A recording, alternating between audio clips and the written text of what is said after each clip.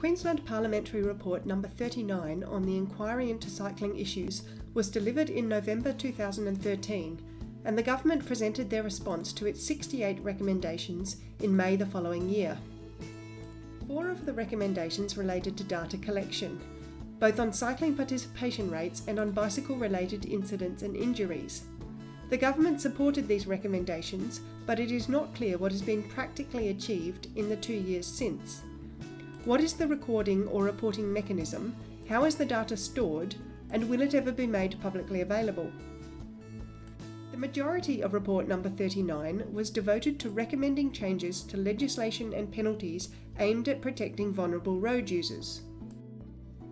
Potentially the most important of these recommendations was to develop a vulnerable road user hierarchy policy to reflect and promote the social, health and environmental and community benefits of active and public transport over existing primary road user categories. Unfortunately, the Queensland Government did not support the recommendations to develop and adopt this hierarchy in relevant planning instruments and transport infrastructure regulations. They argued that it would give one road user group preeminence at the expense of other road users. Apparently, our government favours the current car-centric model of individual transport on the basis that it fairly allocates space, priority and infrastructure funding to all road user groups. In a further attempt to protect vulnerable road users, the Parliamentary Committee recommended criminal penalties for killing or injuring vulnerable road users. They also recommended tougher rules around menacing, leaving the scene of an accident and dooring. These tougher rules were notionally supported, but as far as we are aware, have not been implemented. The report did recommend laws requiring that drivers provide a safe passing distance when overtaking a person on a bicycle. These laws have been implemented for a 2-year trial period, which will be up for review in April 2016. Anecdotally, the trial and accompanying education campaign has been successful, although there has been very little enforcement of the new laws. The report made a number of recommendations relating to personal protective equipment and warning devices for cyclists. It recommended a trial relaxation of the mandatory helmet law and an ongoing relaxation of the requirement to wear a helmet when using a public bicycle hire scheme such as CityCycle. Despite evidence regarding the detrimental societal effects of mandatory helmet laws, these recommendations were summarily rejected. Meanwhile, the recommendation that a bell not be required in favour of a simple audible warning from cyclists passing a pedestrian was also rejected. As a result, cyclists continue to be regularly stopped and fined for riding on the road without a bell. Another important set of recommendations involve changes to road rules to assist bicycle riders. In making these recommendations, the committee recognised the limited a threat to other road users posed by people on bicycles. One of the recommendations was that cyclists be permitted to maintain some momentum and safely give way rather than completely stop and touch down at a stop sign. Also, that they be allowed to turn left at a red light after stopping. Both of these recommendations were rejected.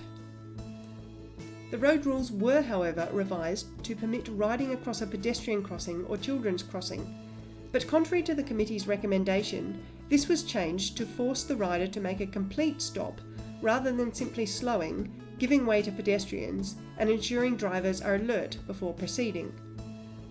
The unfortunate result has been confusion for everyone, in contrast to the situation in South Australia, where the change was recently adopted as intended.